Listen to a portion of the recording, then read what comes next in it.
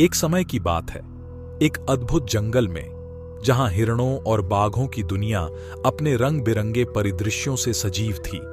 यहां एक हिरण था जिसका नाम था वायुर। वह सुंदर, चटकीला और जीवंत था, जिसने अपनी जिंदगी को जंगल के हर पल से प्यार भरा था। वायुर की आंखों में एक अनजान सा प्यार छुपा हुआ था, जो एक दिन जंगल के गहरे से उगला। वह अपने संगीत से जंगल को भर देता था और उसकी मिसाल किसी से नहीं मिलती थी। एक दिन जंगल में एक खौफनाक बाघ आया। इस बाघ का नाम था कालिया।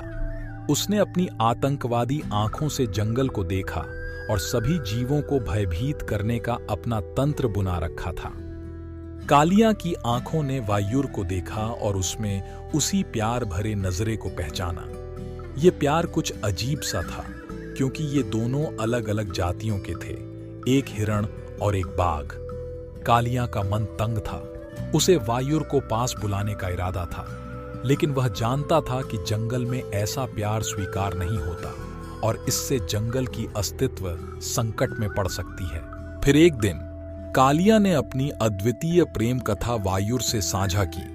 वायुर ने सुनकर हैरानी और चिंता से भरी नजरों से कालिया की ओर देखी।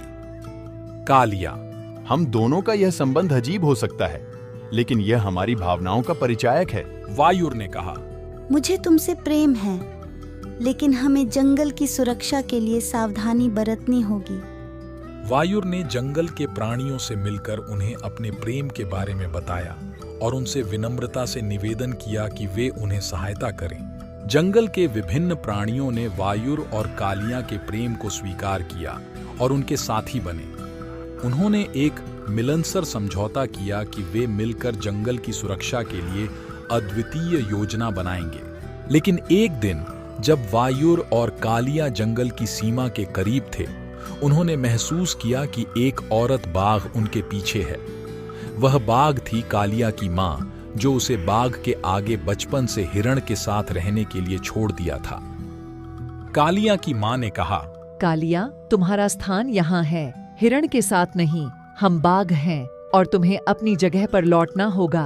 कालिया ने अपनी माँ की बातों को दिल से सुना, लेकिन उसका दिल वायुर के साथ था। वह जानता था कि उसकी माँ सही है, लेकिन उसका प्यार उसे अपनी जगह छोड़ने के लिए तैयार नहीं कर रहा था। कालिया ने अपनी माँ के साथ चलने का फैसला किया और वायुर से विदा लिया। वायुर ने उसकी आंखों में देखा और समझा कि उसकी अपनी जगह है और उसे छोड़ना होगा। वायुर ने अपनी अंतिम बातें कहीं।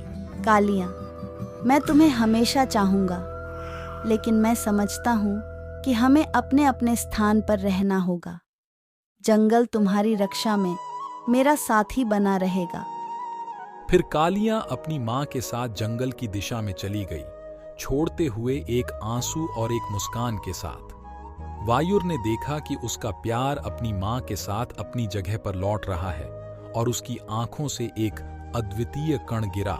इस प्यार और बलिदान की कहानी ने जंगल में एक अजीब सा अंदाज में रहा, जो हमें यह सिखाती है कि प्यार में कभी कभी हमें बलिदान देना पड़ता है, ताकि हमारे प्रियजनों को सुरक्षित रख सकें।